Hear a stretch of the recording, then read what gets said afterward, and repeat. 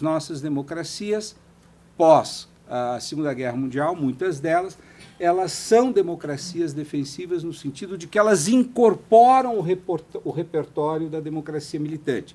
Elas permitem a proibição de partidos, elas permitem a restrição de direitos, elas permitem uma série de coisas e algumas também criam instituições específicas de proteção da democracia. Se você olhar o Ministério Público, esse é o argumento da grande omissão do Ministério Público, ele tem a missão de defender a democracia. Isso está lá no caput do artigo. No sistema alemão, você tem agências de inteligência voltada à defesa da Constituição.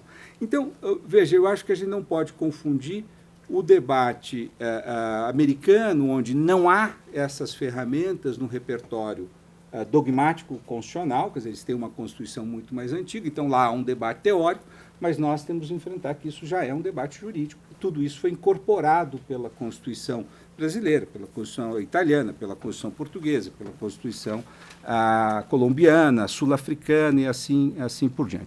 O que é um risco existencial para a democracia que permite uma tomada de medidas e quais são essas medidas e quem deve tomar essas medidas. Então, acho que o debate fático é um debate fundamental para não entrar na autocratização. Aqueles dados clássicos de como a democracia sobrevive, as condições econômicas, sociais, etc., isso é o que importa. Tá? Então, os países que têm essas condições têm mais dificuldade de entrar no processo de autocratização. No entanto, quando entrou, por exemplo, o nosso caso, né, o caso dos Estados Unidos, o caso mais da Índia, da Turquia, da Hungria, o grande elemento que, nos casos todos analisados, que é capaz de conter é o controle sobre a autoridade executiva e, sobretudo, o controle exercido pelas cortes constitucionais. Quer dizer, onde as cortes constitucionais funcionaram, você não tem a ruptura. Onde as cortes constitucionais não funcionam, aí o processo de erosão é muito mais rápido.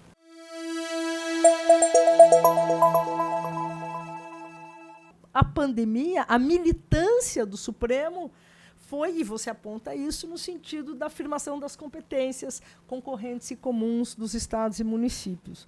Mas de que maneira o Supremo fez isso? Isso que é essa que é meu principal incômodo, né?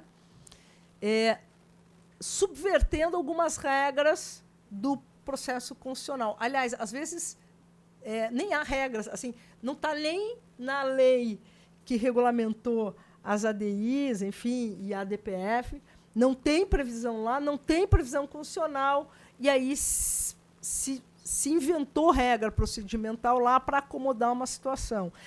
Isso é extraordinário? É. Mas também isso pode ser excepcional, e aí é o nosso problema, né? Será que o plenário virtual tem sido usado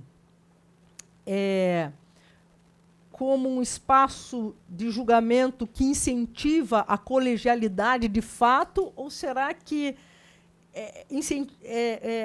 há apenas ali uma colegialidade formal? Se resume ao que, ao final, você disse. Qual o limite entre o extraordinário e o excepcional? Ou a fronteira? Como é que a gente delimita isso?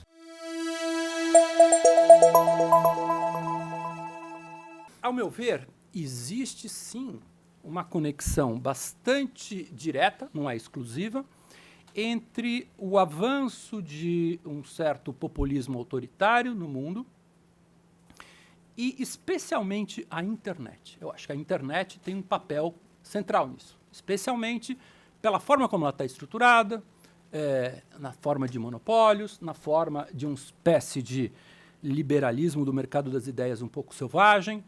Eu acho que esse populismo autoritário, primeiro, ele não ocorre só por causa da internet, ainda que eu veja aí uma questão importante.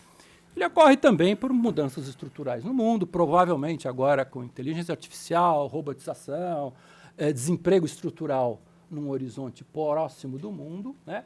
A gente vai continuar vendo isso, né? Um grupo grande de pessoas que vão ficando à margem, né, do capitalismo, à margem do bem-estar, e que são, em boa medida, aquelas que costumam ser os principais simpatizantes dessas ideias. Um grupo grande de ressentidos, etc. Então, em outras palavras, existem muitas razões para isso. A gente abriu uma caixa de Pandora. Uma caixa de Pandora de um exercício não democrático da própria interpretação da lei e da Constituição, que, ao meu ver, começou antes do Bolsonaro, digamos, uma construção retórica extremamente ambígua das hipóteses em que essa interpretação mais criativa, interventiva, poderia ser justificado, e uma falta, digamos, também de clareza empírica sobre os riscos efetivos da